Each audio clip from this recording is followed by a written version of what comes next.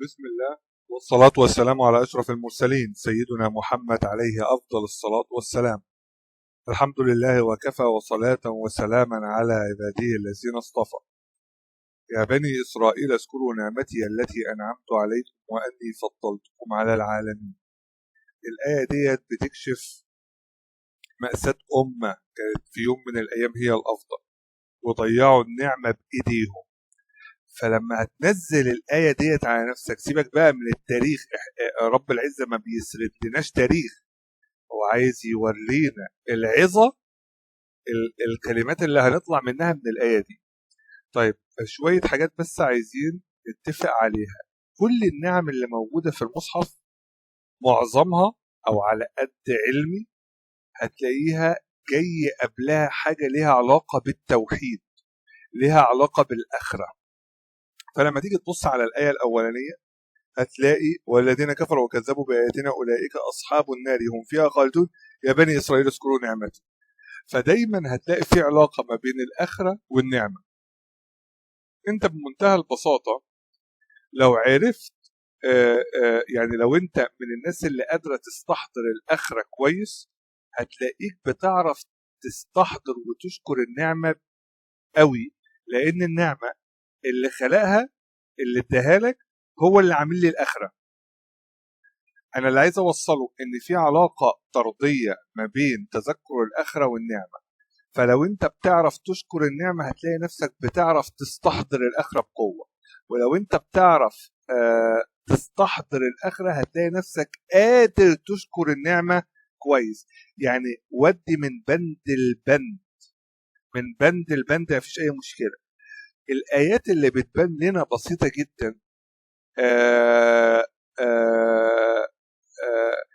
خلي بالك هي اسمها آية، يعني هي في حد ذاتها معجزة.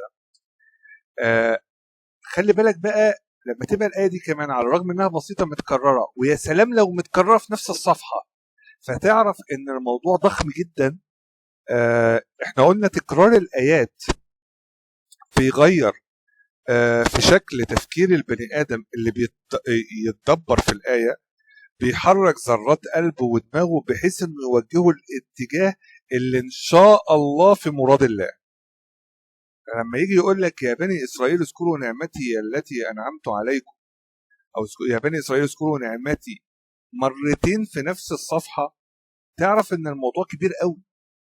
تذكير النعم يا جماعه مهم جدا. لما تيجي تبص مثلا في ال ال ال الايه اللي احنا فيها يا بني اسرائيل اذكروا نعمتي التي انعمت عليكم واني فضلتكم على العالمين، هتلاقي اللي قبلها الاستعانه بالصبر والصلاه، ومش هيعرف يستعين الا الخاشعين. من الخاشعين الذين يظنون انهم ملاقوا ربهم وانهم اليه راجعون. برضو اخره، في عقيده، في توحيد في الموضوع، وعلاقته الطرديه مع ذكر النعم. فانت لو عايز تعرف تستعين بالصبر والصلاه تستحضر النعم. هنبقى نشوف في الايات اللي بعد كده قدام شويه في البقره قد ايه النعم عدم استحضارها ممكن يودينا ورا الشمس، ممكن يوصلونا لمرحله الفسوق. ازاي التبديل بيحصل من عدم شكر النعمه. طيب يبقى مبدئيا كده العلاقه ما بين 47 و 46 توحيد واخره يؤدي الى النعم، او ابتدي بالنعم يؤدي الى التوحيد.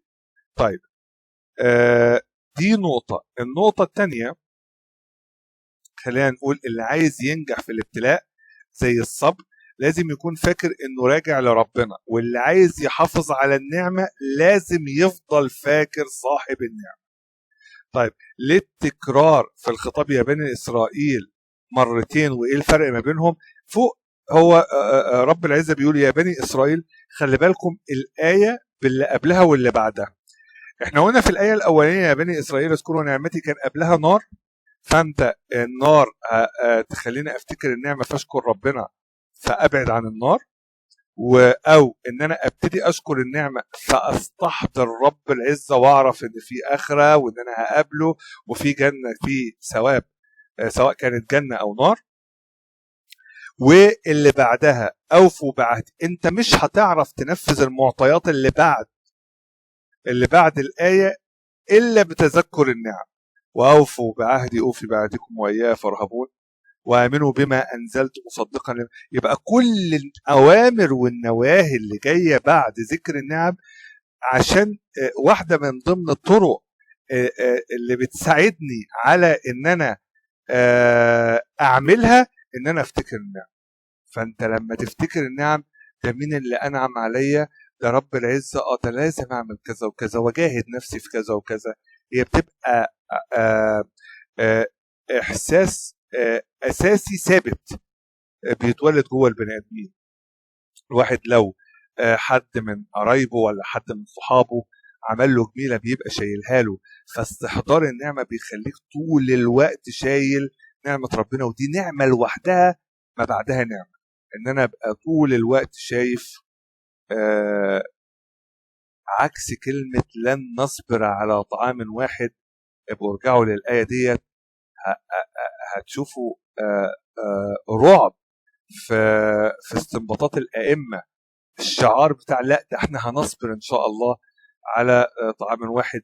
جحود النعمه. ده انا عندي يوم طويل قوي من الشغل. انت ضمنيا بتشكو ان انت عندك صحه مخليك تقدر تعمل اليوم الطويل، وعندك علم يقدر يخليك، وانك بتاخد مرتب حتى لو كان قليل غيرك ما بياخدهوش. انت اعتدت على النعمه ديت، وانت اصلا كنت من كام شهر ولا من كام سنه كنت بتحفى على النعمه ديت، بس لما حصلت بقيت دلوقتي بتتذمر على النعمه اللي لولا ان احنا بنتعامل مع الرحمن الرحيم الحليم كان اتخسف بالواحد الارض والله. فالحمد لله ان الله هو الله، انه هو ربي، انه هو الحليم الرحمن الرحيم الغفور. طيب وفي الآية الثانية يا بني إسرائيل اذكروا نعمتي التي أنعمت عليكم وأني فضلتكم على العالمين. التفضيل على العالمين كان مشروط بالطاعة اللي هي ذكر النعمة. يعني هو مش جاي من فراغ، فكل واحدة بتوصل لمعنى غير المعنى الثاني. يبقى هنا التذكير على العهد. ربنا بيفكرنا بالعهد اللي بيننا وبينه الإيمان بالنبي والعمل بالكتاب في كل الأوامر اللي بعد كده، وبيطلب مننا الوفاء.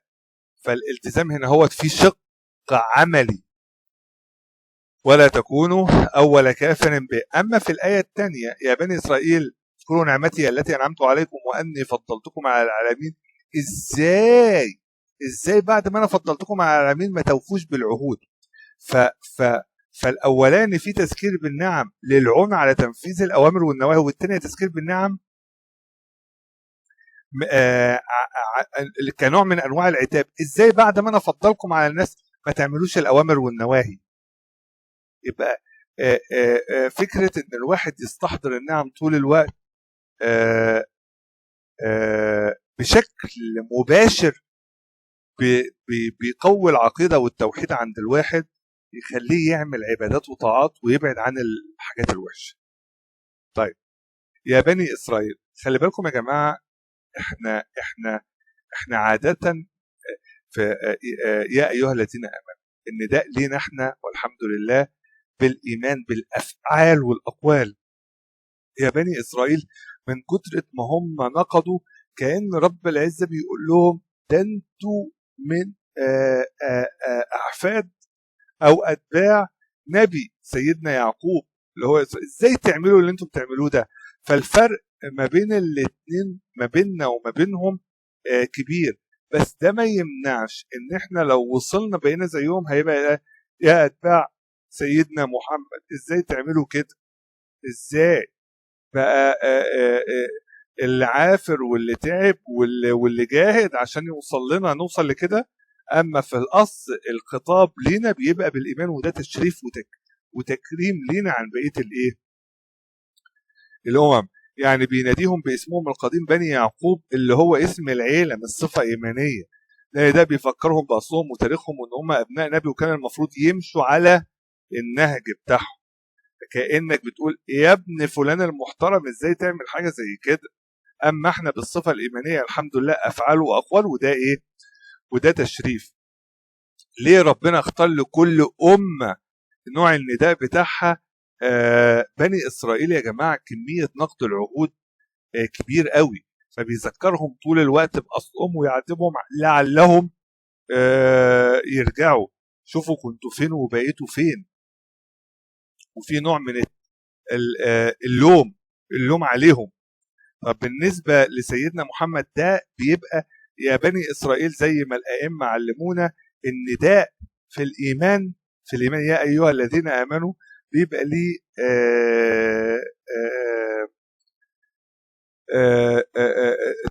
ثلاث ميزات، اهمهم التحفيز. ده انتم مؤمنين،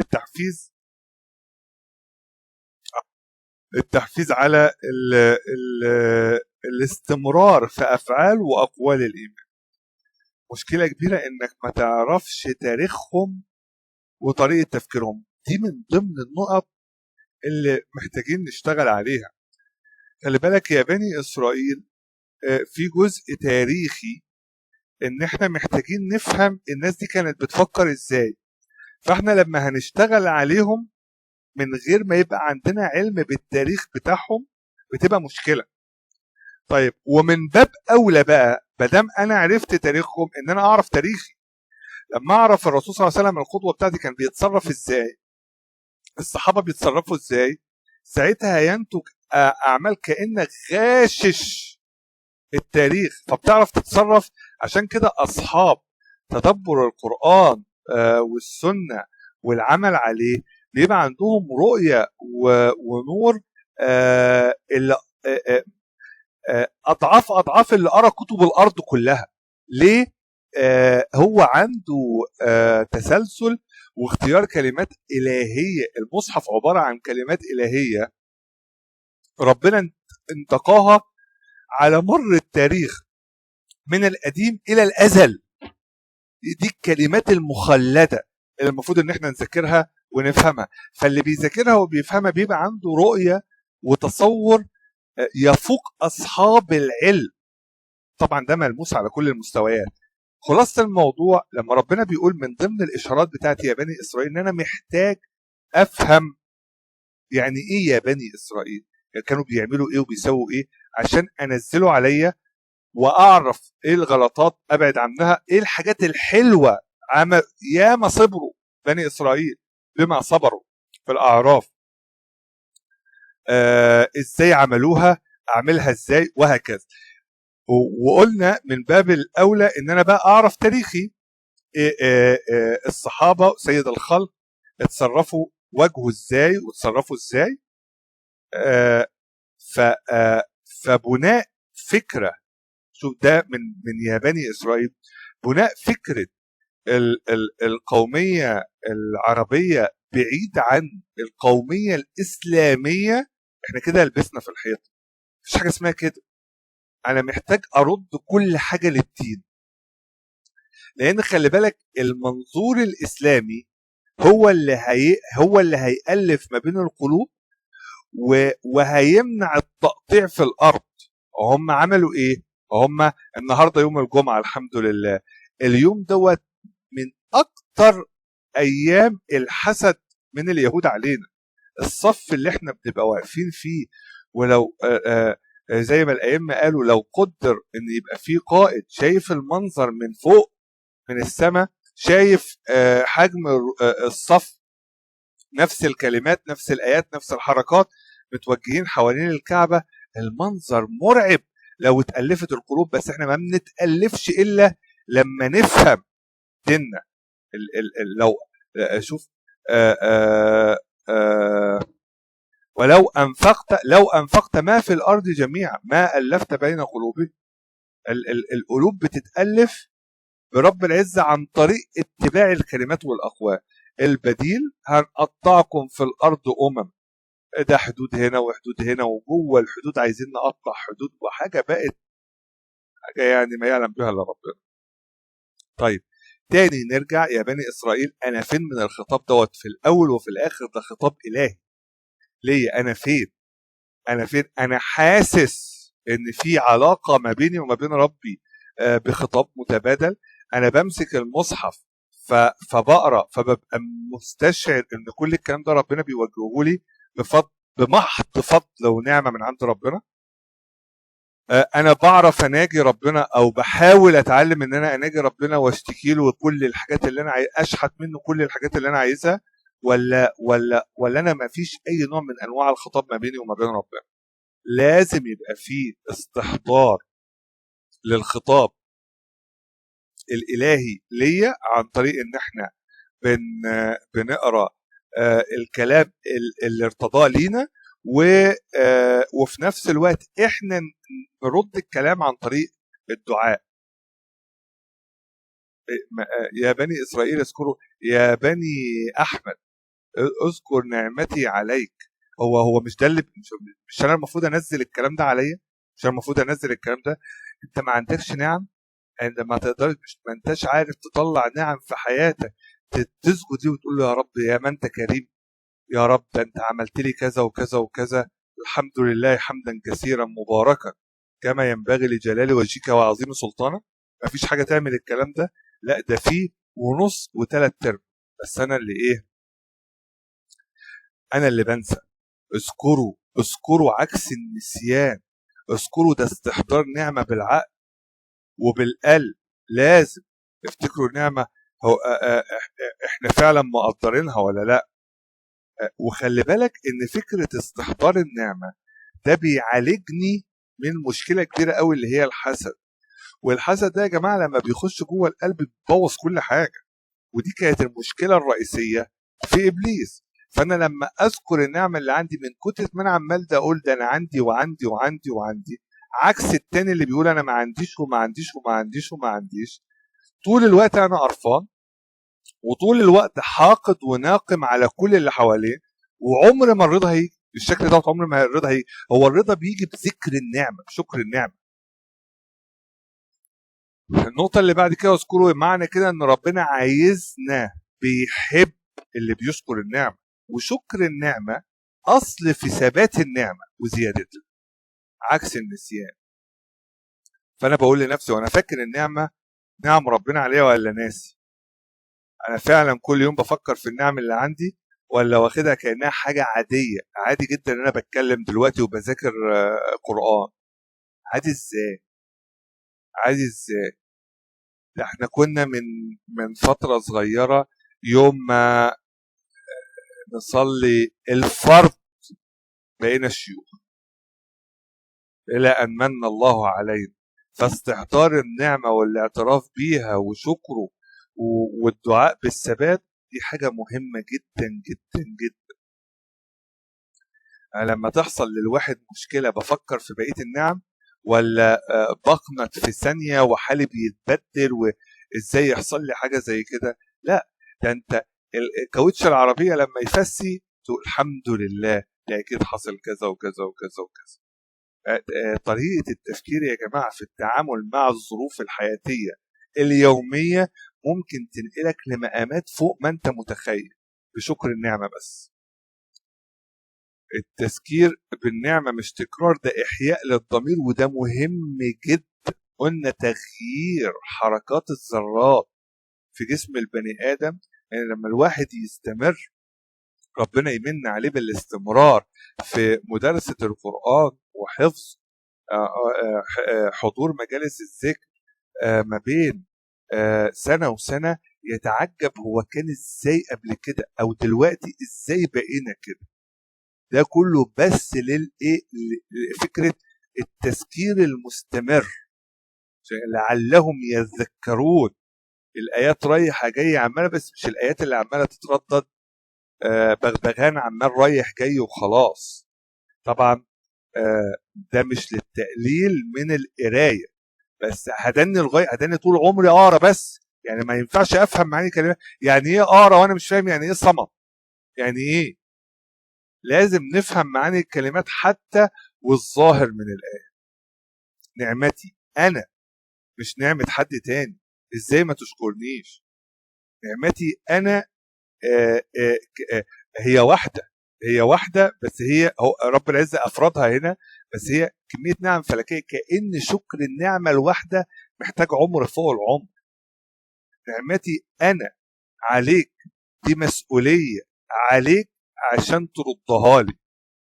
نعمتي أنا رب العز تستاهل شكر لا ينتهي، التي أنعمت عليكم أنا، مش بالصدفة، ده تدابير ويوم بألف سنة وليلة رايحة وليلة جاية وحاجة. اللهم دبر لنا، اللهم إنا لا نحسن التدبير فدبر لنا يا رب. أنعمت عليكم يا رب، انعم علينا كمان وكمان وثبتنا. حاجات مش جاية بالصدفة، محتاجة شغل. النعمة مسؤولية مش مكافأة. هيبقى قلنا وهنقول كتير وقريب الكفران او الابتلاء بالنعم بيبقى اشد وطأة من الابتلاء بالنقم، نسأل الله السلامة في الاتنين. التمييز مش دايم لو ما اشتغلوش صح. ربنا قال لبني اسرائيل التميز، يعني فكرة التميز اللي هو فضلتكم على العالمين، فانت في لحظة معينة بتبقى اتفضلت فيها على اصحابك بحاجة معينة، بس التمييزة اللي موجودة دي بانك مانن عليك بانك بتحفظ، مانن عليك بانك بتفهم، مانن عليك بانك بتعمل اي حاجة عدلة. التمييزة دي وراها تبعات ومسؤولية، لو ما نفذتهاش هتلبس في الحيطة، الواحد هيلبس في الحيطة.